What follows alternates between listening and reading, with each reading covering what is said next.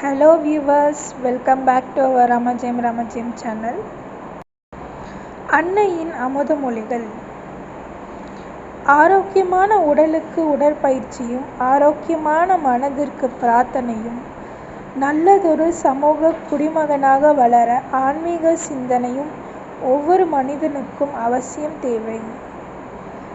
இறைசக்தியை உணர்ந்து வழிபடுதலும் மனதில் குற்றமில்லாதிருக்க பயிற்சி மேற்கொள்ளுதலும் மனிதனை மேம்படுத்தும் செயல்களாகும்.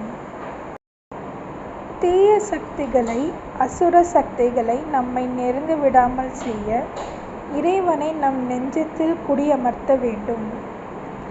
இறைவன் குடியமரும் கோயிலாக நம் நெஞ்சங்களை நாம் தூய்மைப்படுத்தி கொள்ள வேண்டும்.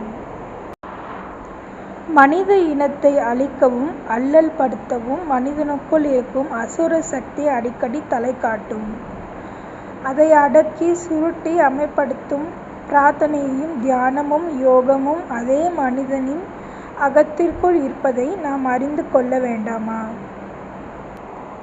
மோசம் என்ற நிலையிலிருந்து மிக மோசம் என்ற நிலைக்கு நிகழ்ச்சிகள் நடைபெற்று கொண்டிருக்கின்றன.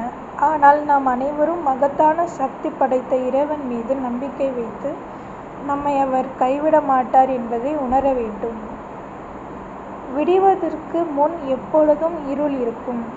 சுதந்திரத்திற்கு முன் நாம் இறுதியாக சந்திக்கும் அடிமைத்தனம் வேதனையையும் வலியையும் தரும். நாம் எந்த சூழ்நிலையிலும் உற்சாகத்தை இழக்கக்கூடாது. சத்திய ஜோதியை உயிர்ப்புடன் நாம் உள்ளத்தில் வைத்திருக்க வேண்டும்.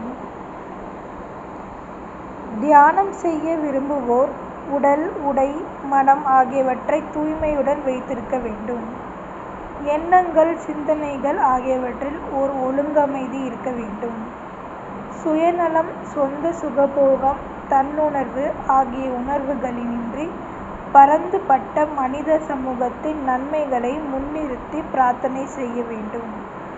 அதாவது மனிதனின் மனதுள் தெய்வீக சக்தியை தோன்றச் செய்ய வேண்டும். புறத்தோற்றத்தை கொண்டும் பிறர் சொல்லுவதை கேட்டும் ஒரு முடிவுக்கு வரக்கூடாது. இவை இரண்டும் தவறான எண்ணத்தையே உண்டாக்கும். ஆத்ம சோதனை மிகவும் தீவிரமாக மேற்கொள்ள வேண்டிய ஒன்று. மேம்போக்காக இருக்கக்கூடாது.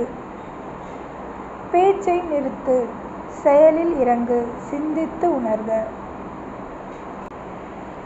இறைவனின் அன்பிற்காக ஒருவன் யோகம் மேற்கொள்ளுதல் வேண்டும். இறைவன் இன்று இருக்கவே முடியாது என்று சொல்லக்கூடிய அளவிற்கு அவன் உள்வாழ்வின் பிரதான நோக்கம் இருத்தல் வேண்டும். இறைவன் பால் ஆர்வம் வேண்டும். இதுவே முதல் தேவை. ஆர்வத்தை வளர்த்து அதை எப்பொழுதும் விழிப்புடனும் ஜீவனும் சக்தியும் கொண்டதாகவும் வைத்திருக்க வேண்டும். இது இரண்டாவது நிலை. இந்த அன்னையின் பதிவை மீண்டும் அடுத்த வீடியோவில் பார்க்கலாம். நன்றி. தேங்க்ஸ் ஃபார் வாட்சிங் ஃப்ரெண்ட்ஸ்.